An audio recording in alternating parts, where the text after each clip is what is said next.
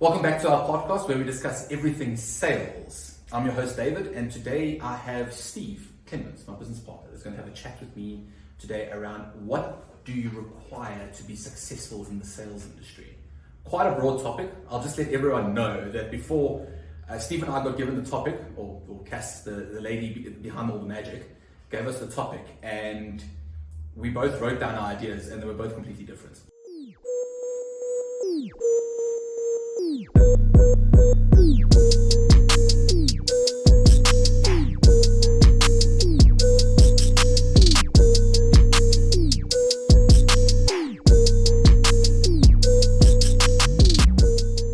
So it's quite an interesting topic. I think it could probably extend to another episode, but let's see what we can get through today.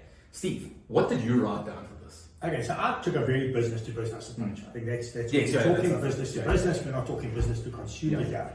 So I said, well, first of all, it's about timing, having the right product at the right time.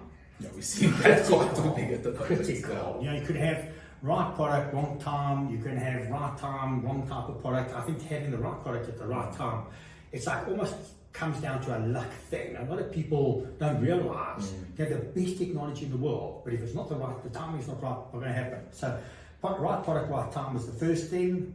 The second thing is know your product knowledge. When you're doing B2B sales, understanding your competitors, understanding your market, having a deep technical knowledge of the environment, not just the product, but the environment. How's this thing going to fit in? Being able to answer the questions. Is it going to save you money, make you money, keep you out of jail? Why are we actually engaging in this conversation? And to your point, how is it going to impact the business if they have to go onto the product? Yeah. Like that is quite, especially in the B2B environment, there's a lot of people involved with it. So you need to know how each of them are going to be impacted by it. So in our space, I mean, we do a lot of assisting our clients with building an ROI. We're in the tech space selling IT. And if you can't build a compelling business case, then what do you do? It's not going to go anywhere. Yeah. So that's important. Product knowledge, as I said, big thing. Understanding your client. We don't pay enough attention. I think salespeople all have the same problem and are guilty.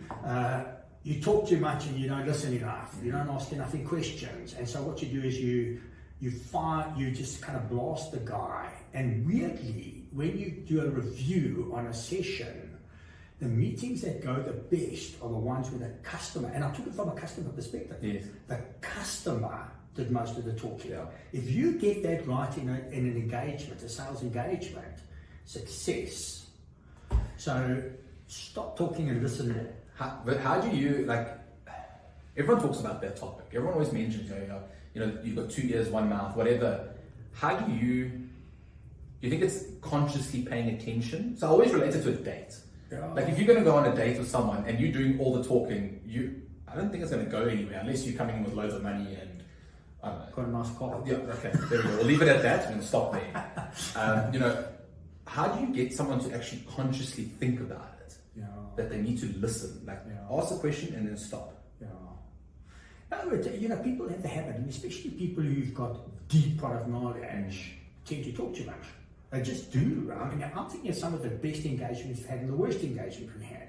Best engagements has always been, weirdly, when we're building a sales team, I say the last thing you can ever do is have replicas of yourself and have 10 different versions of Dave selling for you. Weirdly, when we were looking at recruiting salespeople, we had guys who were talkers, we had guys who were listeners, and people who have a consultative approach to sales, very much in what we do. Yeah. It's actually the fact that they ask questions and listen comes across very, very powerfully. Does depend on the customer. Some customers are just inherently quiet, and so you've got to run the conversation. Yeah. Other customers love to talk, so it's about being able to gauge, watch for the signs, and gauge whether your client wants to talk or wants to listen, and then balancing it correctly. So it's not talk too much, skills to learn, but that's where Teams doesn't work. Yeah, a Teams meeting. So hard to gauge body language and that, because maybe someone is just deep in thought and they lean off the camera now. Yeah. you're lost. You don't even know where you are in the conversation. So you just carry on talking. Yeah. So that's also why we're pushing like crazy to face. I'm telling you, people buy from people. People don't buy across it from a camera. So that's the next thing. Setting achievable targets for your sales teams. It's vital. Overly stretched targets become a disincentive. Stretched targets are an incentive. So getting the balance right. People also have we're quite guilty of it, by the way, is we over celebrate mediocrity. You know what I mean? Set goals that are realistic, but measure against those goals. Because people will get a deal, they'll get a deal, and you're like, wow. In reality, it's mediocrity. That's what we would have expected from those people. So yes, celebrations. It's not like, wow, I just sold something. It's like, well, but it shouldn't be a surprise. So over celebrating success is another downside. You know what I mean? Yes, give compliments where and acknowledge success, but don't over celebrate success because it kind of undermines the thing. The second thing is the fifth thing is we have the approach of people, process, technology. You have to have the right type of people with the right attitude. And what Dave and I have often spoken about, and I said you can teach people many things, but you cannot teach attitude. What are the other ones that you always say? Ambition. And you cannot teach ambition. You can't teach those. People are inherently ambitious and are prepared to run with it, but you can't teach it. It's impossible. And so you've got to find people. During the interview process, I like to find out what are their overheads, what do they need to make money, what do they spend their money on? It's like weird questions to ask. But what I'm trying to gauge is how ambitious this person is. If they're happy to have their little Elantra parked out in the street there and replace the tires, if they like budget to replace the tires, that's not who we're looking for. We're looking for those people who are looking to have third and fourth cars as their, you know what I mean? So that's quite a critical thing that you're looking at. I think it's I mean, to your point there, and I don't want to belabor it, but it's what type of lifestyle do you want to live? And I think when people can't define that, it becomes quite difficult to interview them, because if you can't tell them what they want, if they don't know what they want and they haven't got financial targets, they don't have that, it becomes very difficult to manage them from a sales perspective, because what you determine as success is not what they determine as success. So it becomes quite a difficult conversation to have, but important. But ambition is the other one. How many times have you and I seen, we've taken on a new product into our business, it's foreign, it's something we haven't done, and in 2 weeks, you and I are able to pitch the product. Because we've gone and researched it, we've gone and understood about the market, we've Googled it, we've gone and looked at who the competitors are. And so we have to be able to get ourselves into a position to be able to take this product to market as soon as possible. Have an intelligent conversation. And have an intelligent conversation. And then we look at some of our salespeople and they 3 months down the line, they can't pitch the product yet. And so check out. Sorry. Having that ambition that I will get over this, I will understand it, and background also plays a big part of this. It does. I have 30 years of IT sales experience. You can't expect a youngster to step into those shoes. But geez, they could learn the basics. And it all comes down to ambition and drive. I think that's, focusing on the people, it's also curiosity. Be curious. Okay, cool. Why? I think it's something that drives me mad, and I know I'll kill Steve with it, is that we don't have many competitors, but we've got one or two, and I'm not going to mention any names, but I see how they're scaling at the moment, and I think that drives Steve crazy, because I'm like, okay, cool, why aren't we scaling at 1,000% per month? What's going on? What are we doing differently? And I think I'm trying to be curious about what are they doing different? How are you doing different? And I think that might not necessarily be a sales thing. It might be an entrepreneurial thing, but sales and entrepreneurship go hand in hand with each other. It's a similar type of mindset. It's a similar approach. The only difference really is that an entrepreneur might have a bit more management skills, but at the same time, you can always employ those in. Sorry, I'm going away with that. But we're talking about people. I mean, process. Processes are, that's one I actually have on my list as well, is the process. How important is that? Well, I mean, let's talk about some of our suppliers that we've gone into, and we say to them, we need to understand what your sales process is. How does a customer engage with you? How do we make it as easy as possible for that company to do business with us. And it's by having a very defined process. We do a lead generation, we do an initial meeting. From there we go into a demonstration stroke presentation. From there we present a proposal, or we go to a POC. What are the terms of that POC? How are we going to measure whether this POC is successful or not? If successful, does it naturally lead to a sale? What is your sales process? So your buying process. Well, how do we engage with you from a buying point of view? So how do we onboard? If you do not have that, and by the way, refine it and understand some of it is not linear.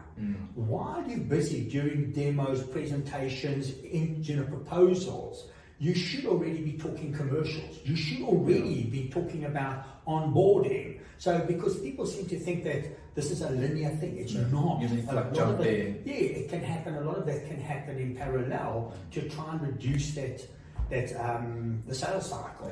So that's the process side. And it's amazing how few companies have actually analyzed their sales process. We've seen horror stories.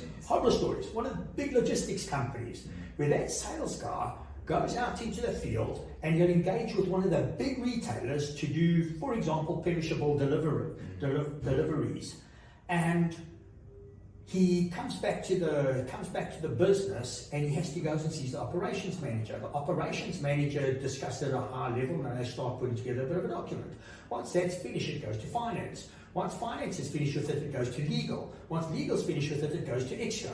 Once it's finished with exco, it then goes back to legal again. When it's finished with legal, it goes back to finance again for approval. This whole thing has now just taken 4 weeks to get a proposal to a client. By the time that sales guy goes and arrives back at the retailer, oh no, sorry, bud, we've already... Because they haven't optimized and they haven't understood what this process is. There are no timelines. They don't understand where these bottlenecks are happening. Do the right people understand how important this is to our business? You know what I mean? So understanding the process is critical. And then the last thing I always say is have the right technology stack in place.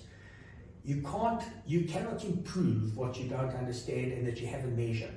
So have technology that allows you, first of all, data. You had it as one of your issues. If you do not have data to be able to enable your salespeople to get out there and make contacts, in the old days you had a little Rolodex and it was very finite. People don't buy like that anymore. The way people buy has changed significantly. In the old days, buyers had a whole bunch of sales guys that they could phone up and say, "Hi Gary, listen, you sell valves and we're looking for valves." It doesn't happen like that anymore. You need to be exploiting social media, exploiting outbound, exploiting inbound, managing the technology to the best of your ability, having tech available that automates as much of the stuff as what you can, because that's the game that we're playing nowadays. So, I mean, to your point on the tech stack and data, we actually, in the previous video, we were actually talking about, outbound software, and what's available now is, data allows you to make changes. So, if you go report to someone that, how many calls do you need in order to get one lead, or get one meeting? If you haven't recorded that, it becomes very difficult to report on it, and that's when technology comes into play. You've got things called auto dialers. So what that means is that once an outbound SDR, appointment set, whatever you want to call them, call center guy, is that they are, as they put the phone down, the software is already dialing the next person, and they do double dials because more often than not, your first phone call won't necessarily go through the second phone, and it's little things like that saves fraction of time during a day. But you stack that all up, and all of a sudden you're like, okay, shit, that made a massive difference. And I mean, to the data point as well, again, I'm going to mention the same thing because it was the same video. I made you watch it as well. That this one gent was talking, his name's Alex Hormozy, and he was saying that if you're not tracking what's happening in your sales cycle, you don't know. Firstly, you spoke about earlier where your bottlenecks are and the impact that that's having. One of the things that he mentioned was that, for example, that they had from an appointment being set to people pitching up, was that the company that he was working with, was 49% of people and that's a massive drop off.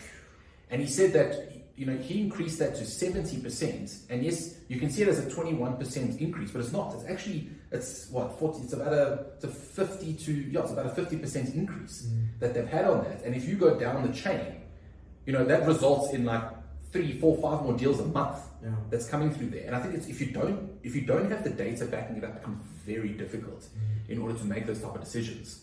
So, tech, important. Really important. Okay, and then I always talk about the salesman's toolbox. And in our world, again, this has been the RT space. How do you get extra time? You've done the demo, done the presentation, prepared the proposal, and the customer says, "Send me the proposal." How do you get in that customer's face? Because the last thing you ever want to do is email, and especially when you're talking big numbers, is email this to the customer. So what we try and do as a business is preempt what it is that the conversation between our champion and the exco. He's going into exco to ask for X million rand to do something. And historically and generally what would happen is he walks in there with a proposal and he says, "Hey guys, I want us to spend X amount of money on X, and here's the proposal." And straight up, the risk management officer said, "Well, what is the risk to the business here?" You know what I mean?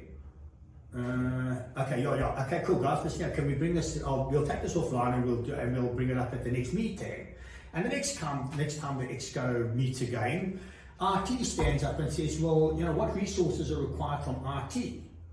All right guys, listen, we'll bring this. And that happens time and time again because you don't have a project plan, you don't have a resource requirement, you haven't worked out the ROI with your customer. So he's able to you make a financial statement around whether this thing's going to save us money or make us money. Why are we doing this? And so what we do is we create what we call a salesman's toolbox. And it's everything that empowers him and his champion, putting ourselves in the same team here to get this deal over the line. And that works incredibly effectively in terms of shortening your sales cycle. You're equipping your champion in the business to get the deal over the line. Yeah. And I think to that point as well is utilizing a methodology. I know we've only introduced it recently, but that MEDDIC or MEDPIC, whatever you want to call it, it starts highlighting where the gaps are in your proposal, in your presentation to the client. It highlights all those gaps to say, does your champion have everything that they need in order to get this deal over the line? And have you helped them with it? Because if you're not helping them, and again guys, we're talking about high ticket items, that's what we specialize in. Lower ticket items might not be as complex, but when you're selling things in the millions where you're going to go to a Manco, Exco, wherever level you're going to, you need to have this type of information. Because if they're going to hand all this money to you, you need to have a very good reason why. So I think that salesman's toolbox. I think off that as well, early in the sales cycles, also sales collateral. I mean, how often have we come unstuck with that? It's like, okay guys, can you send me a quick demo of what the platform looks like? Oh, no, we don't have one. All right. Do you have a brochure? No. Have you finalized pricing? Yeah, no. Finalized pricing. So how the hell am I supposed to sell this? You haven't even given me how much this thing costs. How am I supposed to qualify? Do you have a qualification matrix? Do you have all this stuff so I know I'm not wasting my time? And it's all things that you need to have in place before you actually start selling.